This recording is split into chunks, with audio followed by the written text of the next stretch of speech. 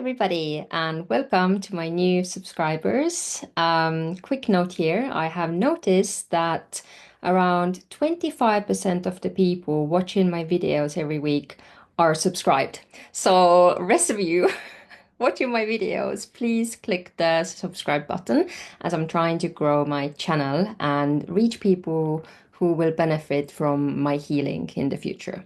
So yeah, all right. Today, we are going to talk about the Avalon, which is a place very close to my heart.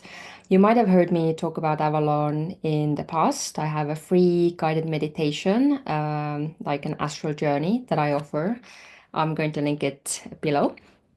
And today we're just going deeper into what it actually is, where did it come from, where was it? Why was it? When was it? All of that stuff.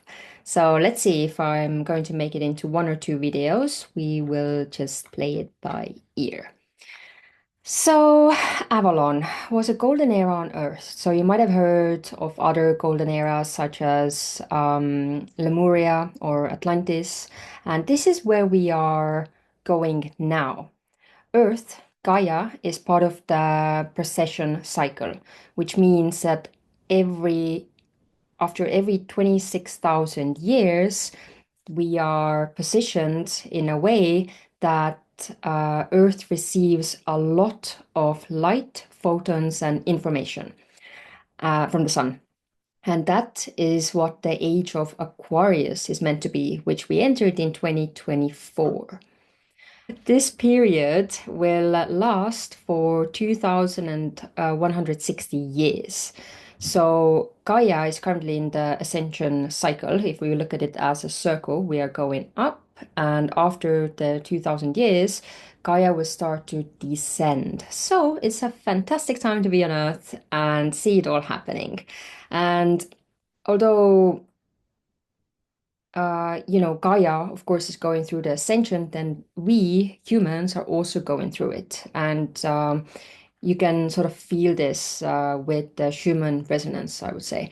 Because Schumann resonance is sort of like the heartbeat of Gaia, and the baseline is meant to be 7.83 hertz, but obviously it is spiking right now, spiking hard, which can be felt through physical symptoms such as fatigue and headache.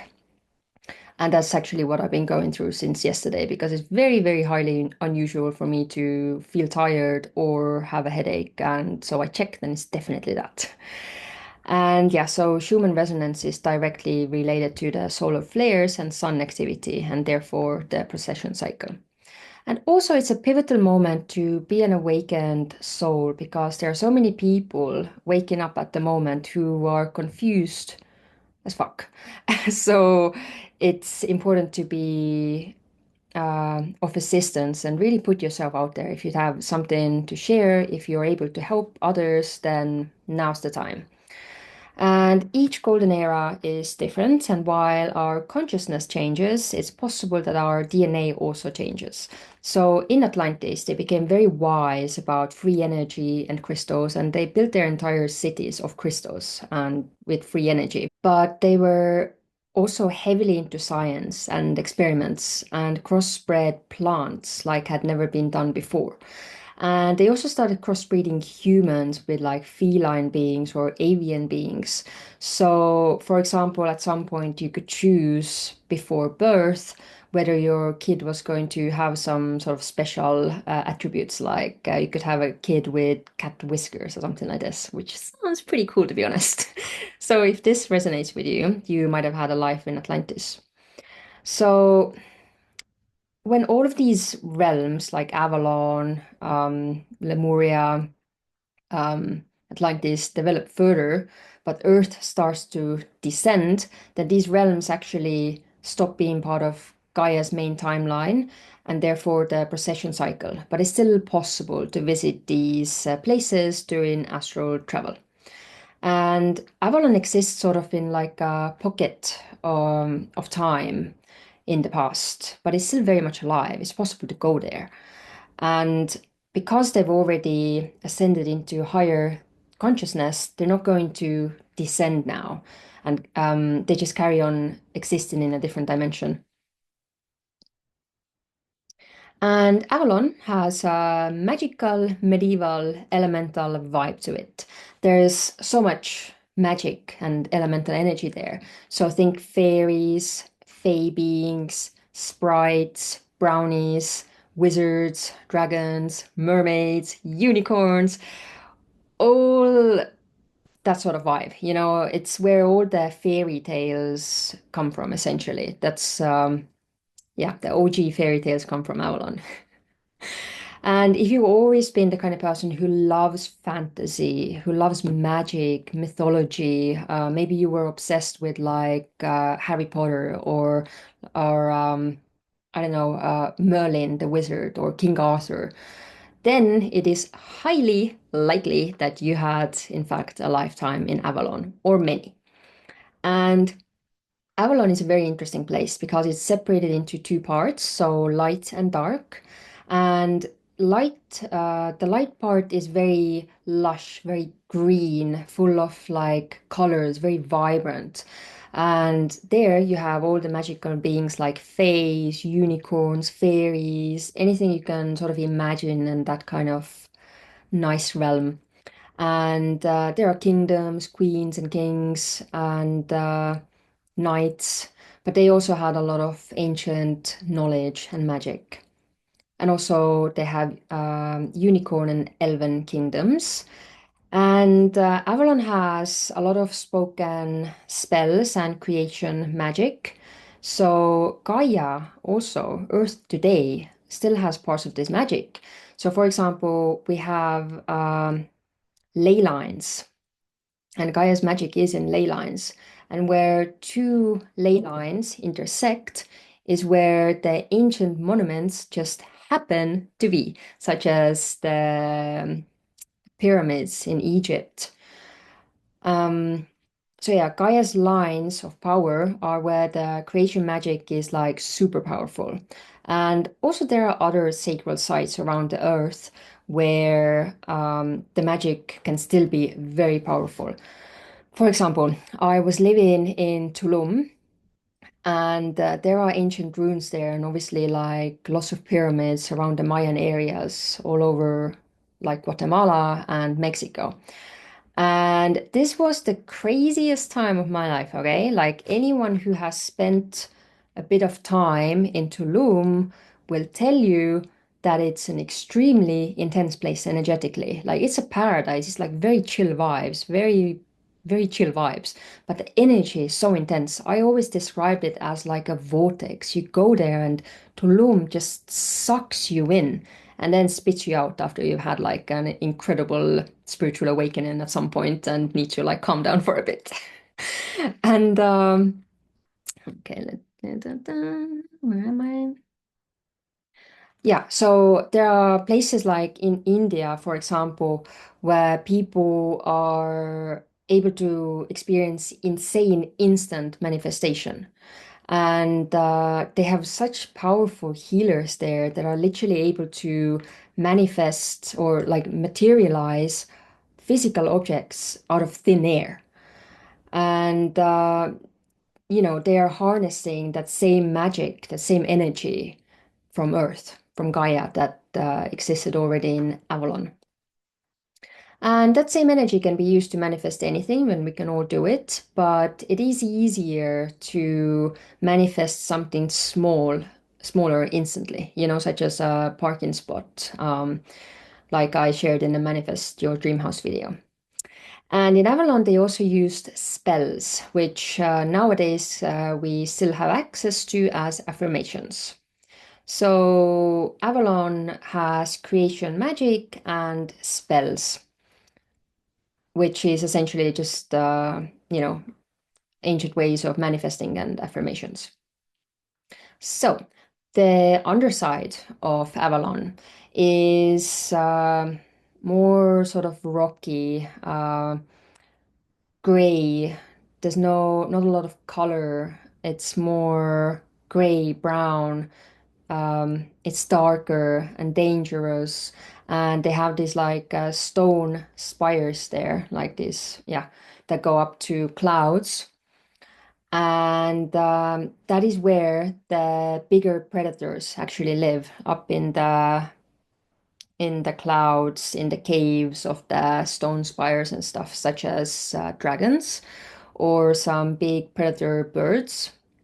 And I actually had a life there in that realm as a golden dragon, but it was a very nice life that I had. I was a dragon of a smaller size, and I was living there with my family in a cave.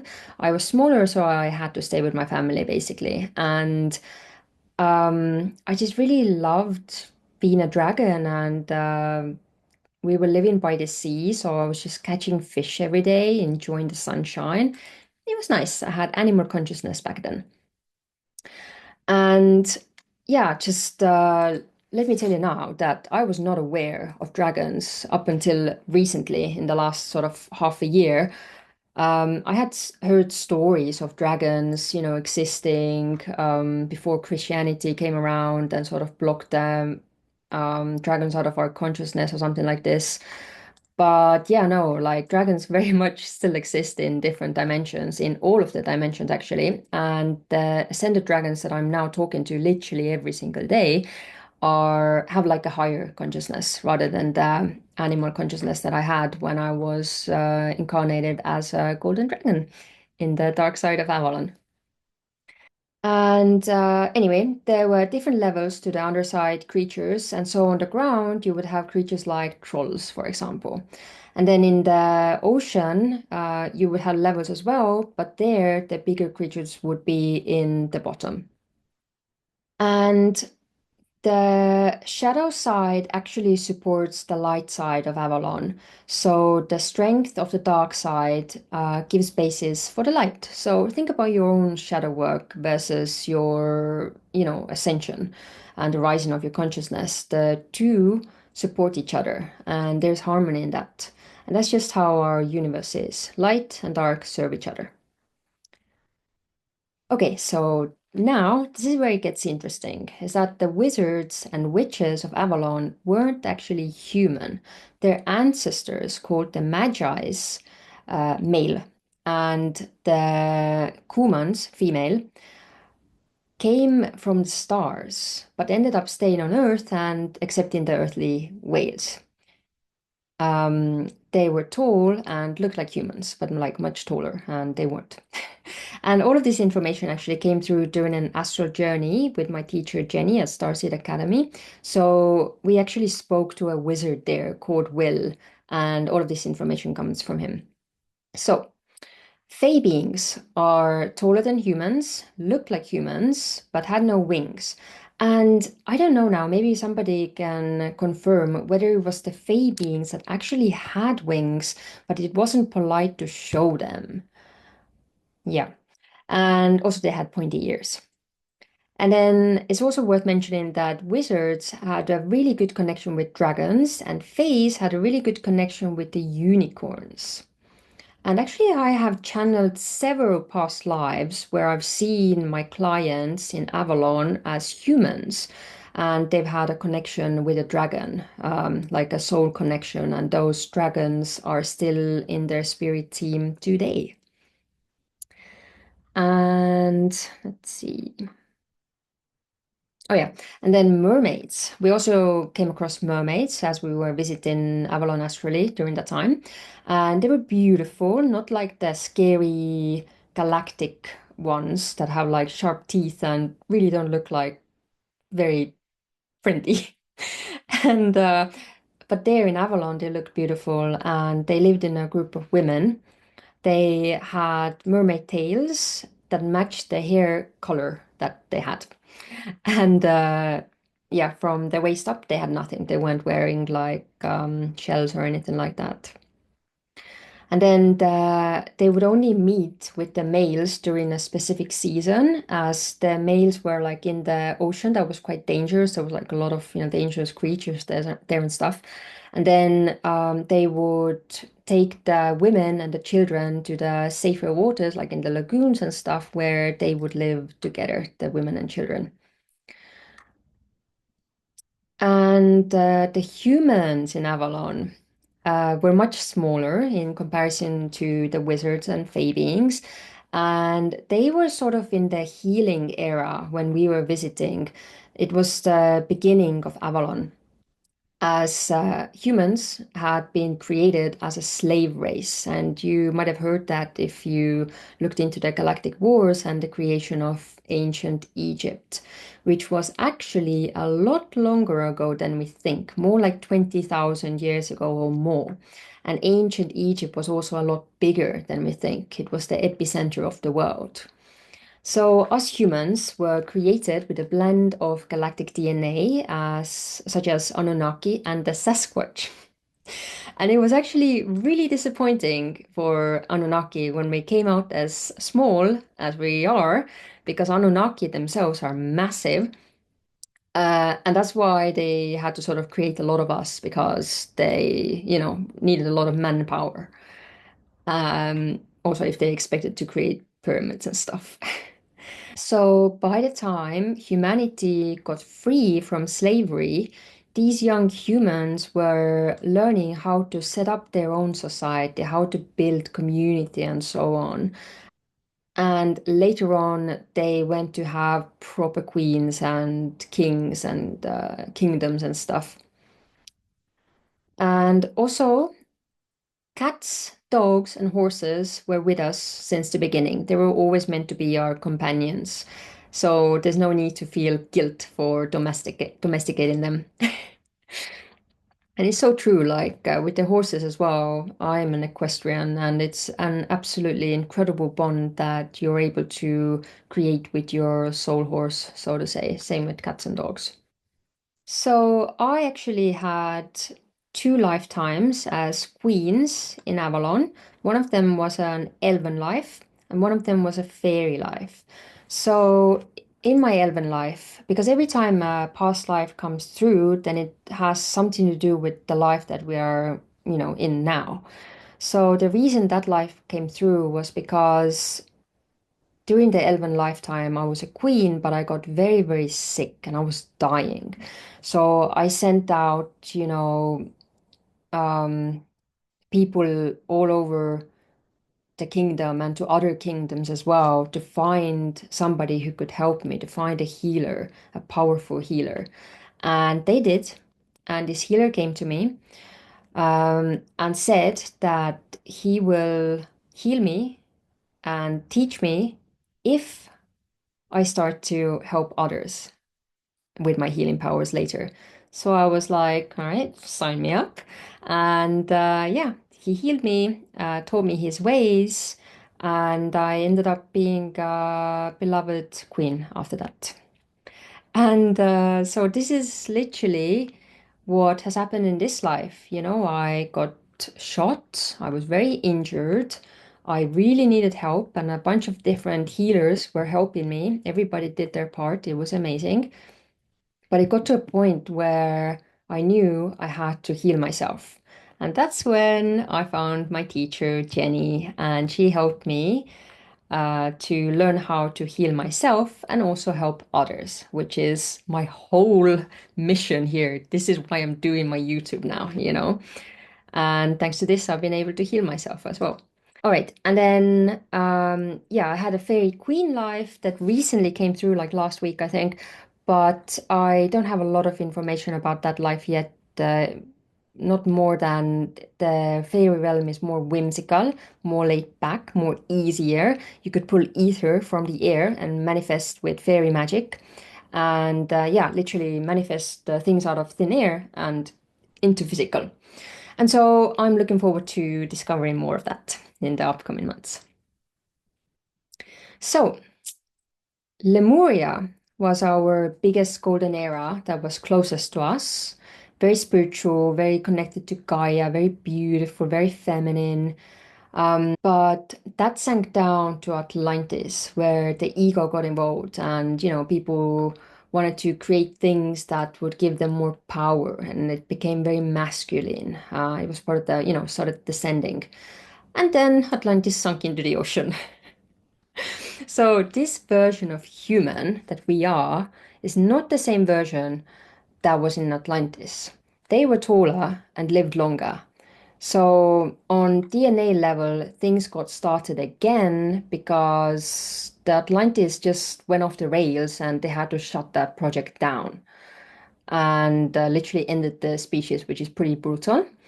Um, but that reality does actually still exist in some parallel reality of Earth, and you can still reincarnate there and to Avalon as well, but they're just not part of the growth cycle anymore.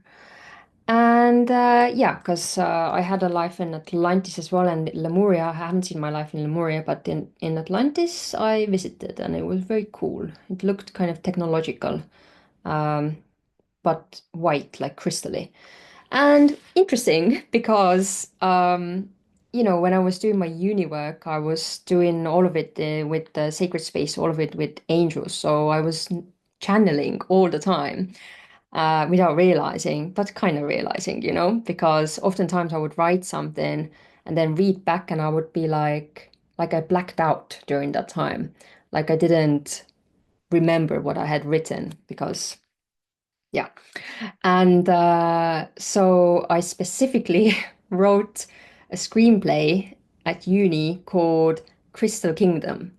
But I would say the content was very much more like Avalon realm. Like there was a lot of magic. And in another screenplay that I did after, I that was like related, like an advanced version of that. Um, there was a healer that I wrote into the screenplay, and I remember that healer like a memory when I think about it now. And that is not the case with everything else that I've written. So I'm pretty sure it's the same healer that healed me in Avalon because he was tall, he was a wizard, and he had these very cool tattoos all over his body that would light up as he was like healing. So yeah, pretty sure that was weird. And yay, so thank you for watching, and please let me know whether this resonates, whether you think you've had a life in Avalon or any other of the golden eras. And now is a good point to mention as well that I have an ongoing healing offer. So if there is anything you're experiencing like limiting beliefs, any health issues, then feel free to reach out to me.